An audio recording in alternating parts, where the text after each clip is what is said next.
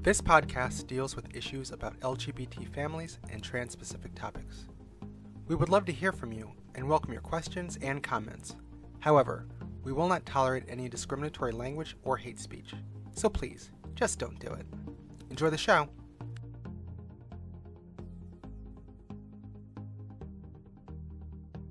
And at that point you were saying more, leaning more toward gender fluidity and being non-binary. Yeah. Or at least that's your initial expression of it to me. And I guess in my head I was compromising a little and trying to figure out a way to balance the life that I had with kind of how I felt as a person. And you were afraid of me running screaming away. Yeah, there's that. I mean, I definitely was terrified that, well, this is just going to be the end of it. And then with me being pregnant.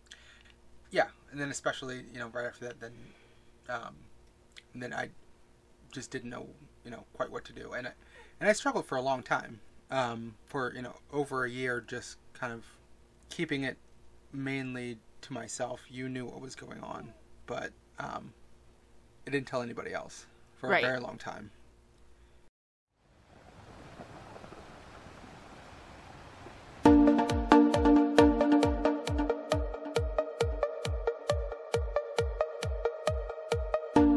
When we were kids, we met at camp. After college, we got married. 10 years later, we finally had a baby. That same year, I came out as trans. This is the story of our journey. Through marriage, parenting, gender, and all the changes that life brings. This is Our Life in Transition.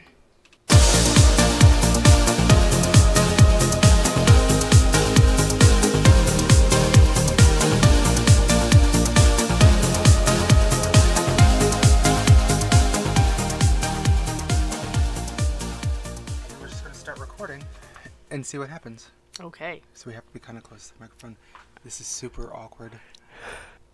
Hey, everybody. Hello. So, thank you for tuning in. My name is Shannon. And I'm Rachel. And we are now a wife and wife couple. Yes. Yeah. Okay. And so this is weird. This is our first podcast, and we're sitting in our office recording this, and it's kind of awkward. Yeah. Yeah. Yeah, we're still working on getting some equipment, and so right now we're like huddled up around this one little microphone. We're being close. Yeah, we're being close. Yeah, it's nice. So, yeah, I guess I don't know this. I don't know. You're looking at me with a terrified expression. I'm not terrified. I'm annoyed because I feel like I'm going to have to take control of the situation. Oh, you're going to have to... Oh, well, yeah. That's fine. Okay. So today, because you don't know us, we don't know you, we're going to talk about who we are. I guess we should probably start with, how we met and kind of give everybody an idea of how we got to where we are right now. That sounds really good. We met, God, it was 20 years ago, almost. Shut up. We met at a choir camp, which we both went to when we were teenagers, and went to for many years after that. But we were actually in the mall in Cape May, which, if you've ever been there, is a nice outdoor mall, and the Washington Street Mall. Street Mall. And I was actually wandering around looking for one of my friends and found him in an ice cream shop.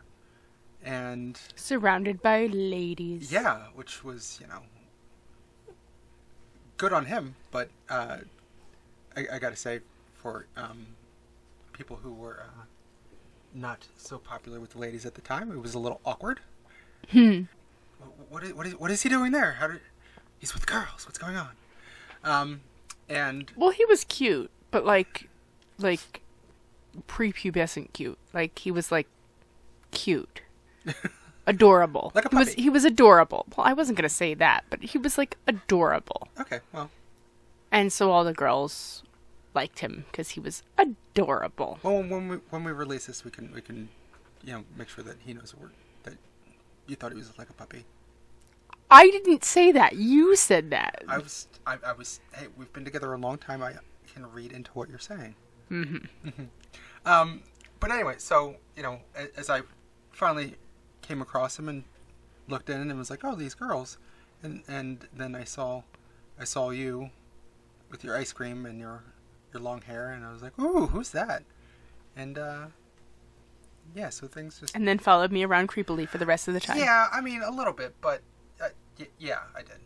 So, but I was smitten, and so I was giving you loving, longing looks from afar, and which kind of seemed like a stalker. Yeah, well, I mean, from my perspective, I was just looking at you, and like, hey, I kind of like this girl, and well, apparently I was just from my perspective, you were just staring creepily at me most of the time.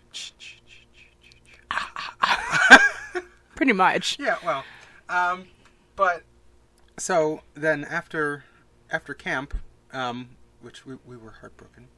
Yes, we were heartbroken to be leaving, even though we had only met like 4 days before. Yeah, but then we talked all summer on AIM. Yeah, that's how long ago it was, people. AIM. Yeah. On AIM. Actually, was it even AIM at that point, or was it just AOL Messenger? It was AOL Messenger. That's it wasn't even. Yeah, it was. Oh God, that's really creepy. I don't know if you people can hear this, but our daughter's toys just started going off by itself. House is haunted. Yeah, that's fine. Anyway. But so then in the fall, right after school started, then you sent me a mixtape. I did. It was a very 90s. It was a very 90s thing to do. Yeah, and when I say a mixtape, like not like a CD or like like a play. She sent me a freaking tape. It was a tape. It was a cassette, people. Cassette. Cassette. Yeah. So we're ancient, but we're not really ancient. That's what we had to deal with. Right. But And I said, "Will you be at the time my boyfriend?" Yeah. At the time. At the time. Then after that, then we spent a long time. Not seeing each other. Yeah, we were in a long distance relationship. Across the consisted of AIM and phone calls, much to our parents' chagrin. Yeah.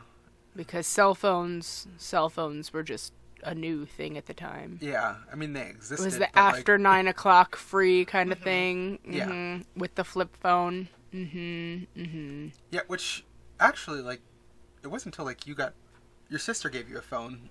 Like, that you had, your own phone. Yeah, I just tied up the house phone forever and ever and ever. It was ridiculous. I had a teen line. Oh. Yeah. You were very privileged. I was very privileged, yeah. Gotcha. In my little apartment. Gotcha. But, so then, it was a long time. It was all through high school that we kind of did this dance with this long-distance relationship, and then it wasn't... Begging people to let us visit. Yeah, let us visit, and... Begging older siblings to take us places and drop us off so that we could see each other. And whenever we were actually together and we saw people that we knew, they were like, they actually exist? I thought this person, you just made them up. Yeah. No, we existed. Then it wasn't until college, really, then you were a year ahead of me, so you actually would come and... I'm a cradle robber. Yeah, that's right. That's what my mom always said.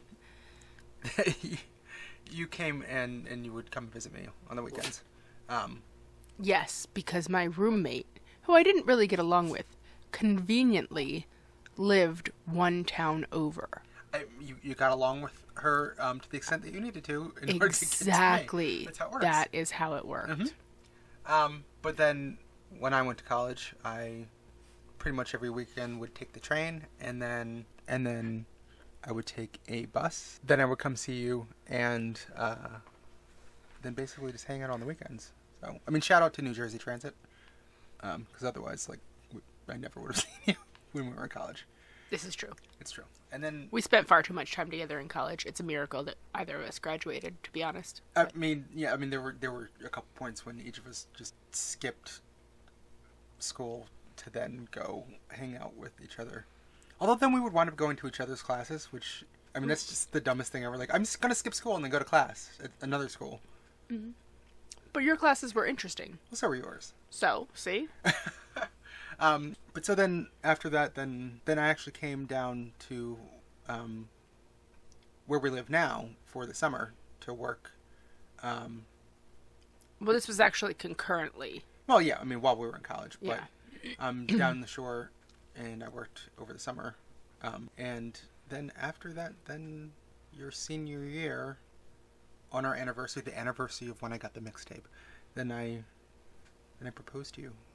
Yes. Yes. After a lovely dinner at Macaroni Grill. Yeah. That's right. Spared no expense. And We were poor. yeah. And in college. Yeah. Well, there you go. But I had enough to get you a ring. But It's a very pretty ring. yeah, I contend it is.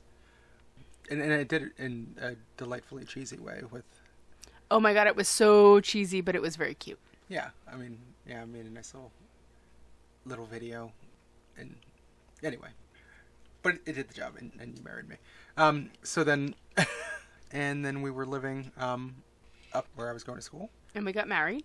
Yeah, we got married. And then after we got married, then the following summer you came back down here. I did. I came down to work. And then we wound up moving back down here later. Because New Brunswick is expensive. It's expensive. It is expensive. Yeah. And then we've been, living here for about almost a decade. Mm-hmm. And then finally we had a kid. We had an awesome daughter. Yes.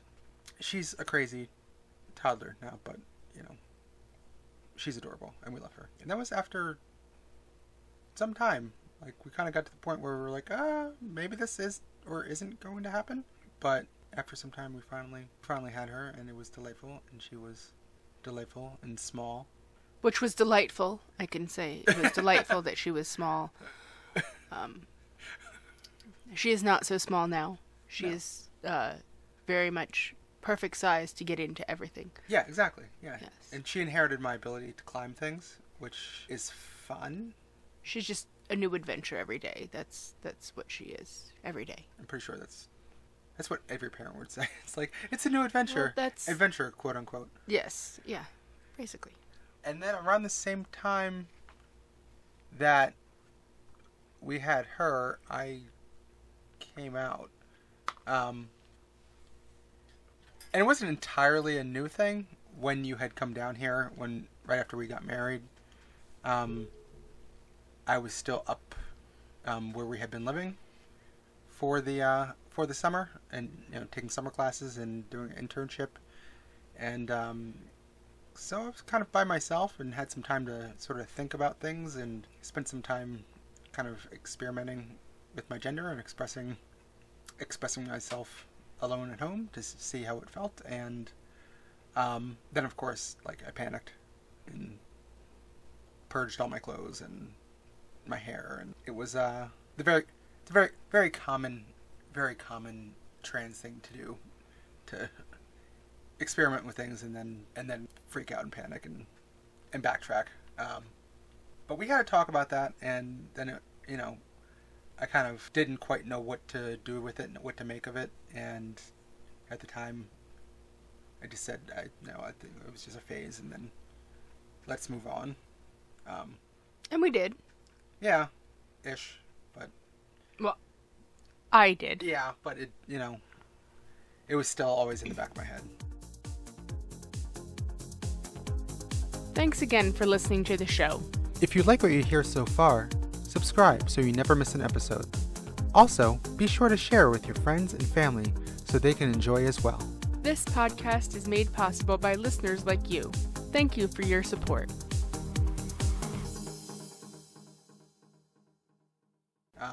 So, around the time that you got pregnant is when, just at the same time, within like a couple of weeks. Was it before or after you found out you were pregnant? I don't remember. I think it was like a week or two before. Yeah. So, I mean, I guess you were already pregnant at that point, but yes. Then we had a discussion about me and my gender, and at that point you were saying more, leaning more toward gender fluidity and being non-binary. Yeah. Or at least that's your initial expression of it to me. And I guess in my head I was compromising a little and trying to figure out a way to balance the life that I had with kind of how I felt as a person. And you were afraid of me running screaming away. yeah, there's that. I mean, I definitely was terrified that, well, this is just going to be the end of it. And then with me being pregnant. Yeah, and then especially, right after that, then I just didn't know, quite what to do. And I struggled for a long time, for, over a year, just kind of keeping it mainly to myself. You knew what was going on, but I didn't tell anybody else for a very long time until right after the baby was born. And at the time, too, obviously. Well, it wasn't even that. It wasn't right after the baby was born, because it was 4 months after that. Well, yeah, but I mean, I started telling people privately about a month after that because, I mean, as you do, I mean, with these kind of things, especially when you're struggling, you need to go talk to somebody. It's a good idea to go see a therapist, and I mean, just to have somebody to actually, allow you to speak and say how you're feeling, and to build a support system. And then not think that you're a lunatic for saying these things. You are a lunatic, but it has nothing to do with that. Yeah, in completely different ways. I'm off my rocker, but now about this. This is perfectly sound. But but so then I mean right after the baby was born, then I started talking to some people. A lot of people were very supportive. Off the bat, I mean, a lot of people had questions. Surprisingly so. Surprisingly.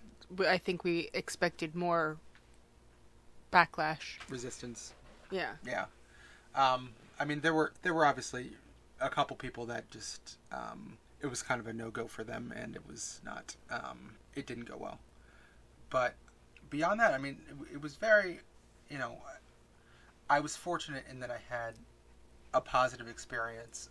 But then, after a few months later, after I first started coming out to some people privately, then in dramatic fashion, then I posted a YouTube video, just posted it on all my social media, and it was just like, yeah, so I'm trans, and that was kind of that. I was out, and I've been out in public ever since. Yes. Yes, that is what happened. I have nothing to add. Yeah. So, I mean, with me coming out, I mean, we've been together for almost 20 years, but, I mean, it definitely changes some things as far as my identity within our relationship, how our relationship is viewed by other people. Oh, yeah. There's a lot of people trying to figure us out, that kind of thing, Because the perception that I think a lot of people have is that, if, your husband suddenly goes, oh, well, yeah, I'm actually a girl, that your reaction would then be to just run screaming away. But to tell you the truth, I've put in too much work and too much time, and, you're just about where I want you. And you don't want to train another one. It just seems like throwing a lot of work away. Yeah, I mean, that's it. I mean, it's just diminishing returns. Just yeah. Yeah. Yeah. Like, that's what it boils down to. My profit and loss brain is like, better just hang on to this one. A lot of investment. Yeah, exactly. There you go. Besides, with the baby now, I don't have time for that. Like, who has time to date and crap that when you've got a kid? Pfft. No, I mean, and besides that too, everybody was expecting, I was gonna be dad, and that's not what happened. No. People were calling me dad for a couple of months, and then, like, no, I'm mom, and that's a question people have as well, is what, well, how's that going to affect the baby? I'm like, well, she never knew me presenting male, and she's never going to. I mean, she'll obviously know about it at some point and understand what. So we're mom, mama, mommy, some kind of interchangeable version of those, usually dependent on her mood and whether or not you've ticked her off. That's true. Sometimes it was, but, you know. Well, no, but what I'm saying is, you know, if she's exasperated with you, it's more of a mama. And if it's it's sleepy cuddle time, it's a mommy. Or some version in between there, you know. But it's intermixed, you know. There's no special name for Shannon, no special name for Rachel. It's just mama. Yeah, and that's the thing, you know, everybody else is concerned that she's going to be confused. She's not confused. She's not confused. She knows exactly who we are, And the other thing I think that people talk about, and maybe this is a topic that we could go into more depth on another episode, but is my territorialness being mom. You know, and I see this a lot in my support groups and stuff like that. You know, you've been your mom, you're the mother, and now the father is honing in on your territory by taking your name away. So there's a lot of figuring out different names or different nicknames that aren't mom, because some people have this very visceral reaction to, you know, that identity as a mom. But I think because this came out while I was pregnant, I was never mom before that. True. So I don't have that kind of feeling about it. So yeah, we're just mom. And I've run into that too with a lot of my a lot of friends who are dealing with this, where exactly like you said, they're struggling trying to come up with some sort of alternate name for themselves, alternate title, and usually if they've got older kids, they kind of wind up settling on something themselves, and it's right. But luckily, I guess we don't have to worry about that because she's tiny, and we're just always going to be some version of mom, mommy, mama. Hopefully she doesn't start going mother. Please not that. No. Please not that. Not that. But it's probably going to be mommy when I want money. Mom when you're embarrassing me. Yeah, you know, exactly. You know, like every daughter does. I guess the big question is, you know, that's great. We're a married couple. I'm trans. And so why in the hell do we have a podcast? And I think that for a lot of people, I mean, especially outside of the trans community, our relationship, our story is unique to them. And I don't think a lot of people realize that people like us exist, that couples, you know, necessarily stay together. But I think even in the trans community, you know, it's not uncommon for relationships to either fall apart under the stress, or for people to just say, you know, this isn't what I signed up for, and for there to be a mutual parting of the ways. Right.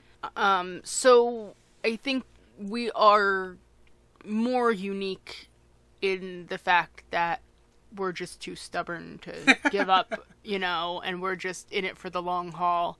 So the podcast, the point of the podcast is to give voice to that kind of underrepresented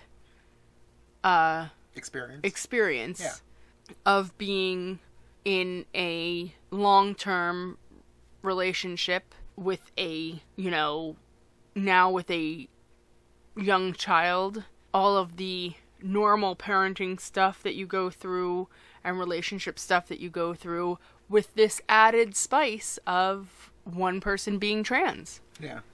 You know, and that's spice. Well, I mean that's all that's the only difference in any other relationship, you know, the only difference with us and other people that might be doing relationship podcasts or family podcasts or is here you are. Like, let me throw you a little bit of a curveball. I'm actually a girl, but other than that, we're married and we have a baby, and yeah, you know. That's it. It's, you know, we're in every other respect, we're your average mundane 30-something millennials with a kid and a dog who is really trying to figure out what we're doing with this podcast. Won't leave us alone. Yes. So yeah, I mean, that's what it's going to be. be about, I mean, that's, and I think you would agree, kind of the vision of the podcast is to kind of talk about these issues. I mean, and there's a bunch of different identities and aspects of our life that intersect. We can speak to trans issues and marriage and relationship issues and parenting issues as, we try to figure out what we're doing with this small human, like every other parent in the world. And maybe be a place where we can offer a perspective for other people that are in similar situations, or people who are just curious, who are unfamiliar with this being a thing, because this experience, it speaks to not just families that have a member who's trans, but also, I mean, just larger LGBT issues, but also just regular families, because, like you said, other than the added spice, that's what we are. Yeah. And I mean, and then just anybody who wants to learn about these topics, because it's the hot topic right now to discuss. The curious lurkers, we'll call you. The curious lurkers. No, it's something that's not as discussed as it should be. Maybe it's still got a lot of stigma attached to it. Absolutely. And it's important for people to get those different perspectives, and we welcome different perspectives. We want to interact with the larger community and address those different perspectives, and be a representative of the community of families who have trans members, families who have a queer member, all of that. So, I think that's the vision. So yes, we are now your unelected representatives. Yes. And we promise to be benevolent overlords. No, representatives. Representatives. Right. Representatives. Sorry.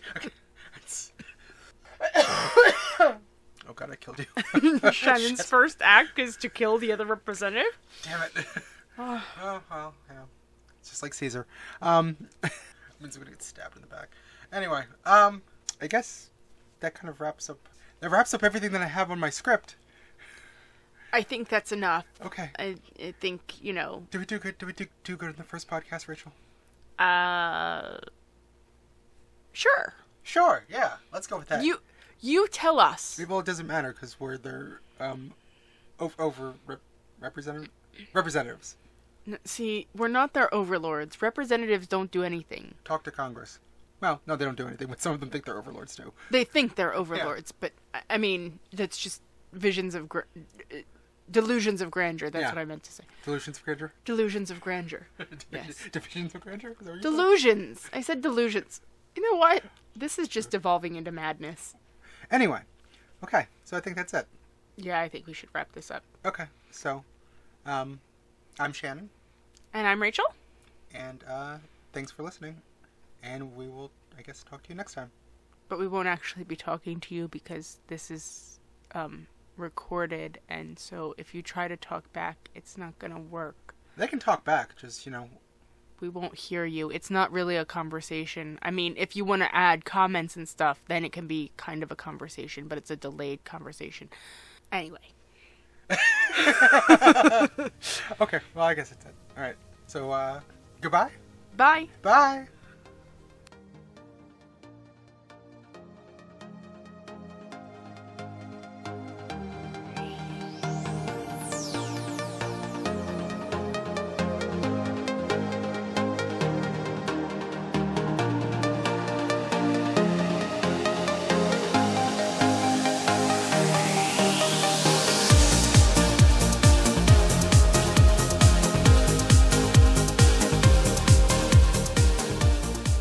Thank you again for listening to Our Life in Transition.